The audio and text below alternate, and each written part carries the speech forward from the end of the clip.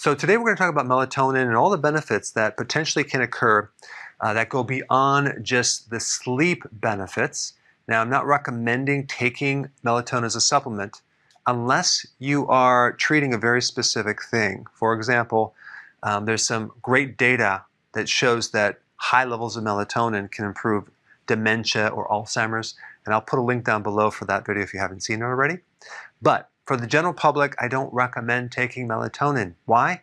Because your body can make its own. Now, it is true that as you age, it makes less and less and less, but there are things that you can do right now to improve it. But for this video, let's just talk about the benefits that go beyond the sleep cycles, okay? Number one, melatonin is a very potent antioxidant. In fact, it's twice as strong as vitamin E, and it has the potential to increase other antioxidants like glutathione, especially in your mitochondria. So this just backs up the benefits of getting enough sleep, because if you're not getting enough sleep, you're definitely not getting enough melatonin. Well, I probably could have entitled this video, Benefits of Getting Enough Sleep. Okay, number two, immune system support. Melatonin highly influences your immune system. So the less melatonin, the less resistance you have against pathogens and the more problems you have. Melatonin is a powerful anti-inflammatory. So the less melatonin, the less sleep you have, the more inflammation you're going to have. Also, melatonin can help reduce headaches. It has anti-cancer properties. It has neuroprotective properties. It helps with memory and preventing dementia. There's some great data. I just released a video on it, and I'm going to put a link down below, that reveals that if you actually take higher levels of melatonin, it can decrease LH, luteinizing hormone, that is connected to Alzheimer's. You can check out that video down below. It's very, very interesting. All right, number 8, it can help you decrease GERD.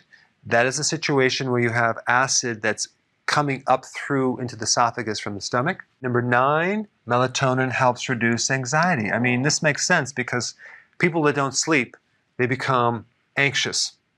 They worry. Number 10, decrease depression.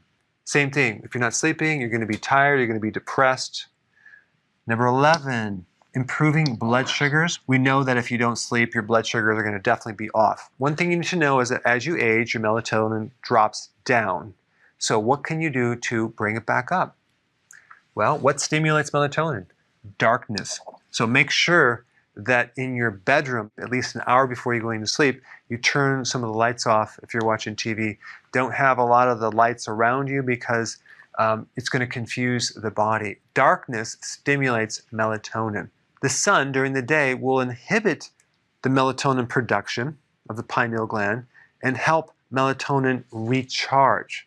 So if you're inside all day and you have fluorescent lights and you're sitting behind your computer, a lot of blue light, that can prevent your pineal cells from recharging melatonin. So we want sun during the day, sun exposure, good amount of vitamin D, and then we want dark at night with less blue light.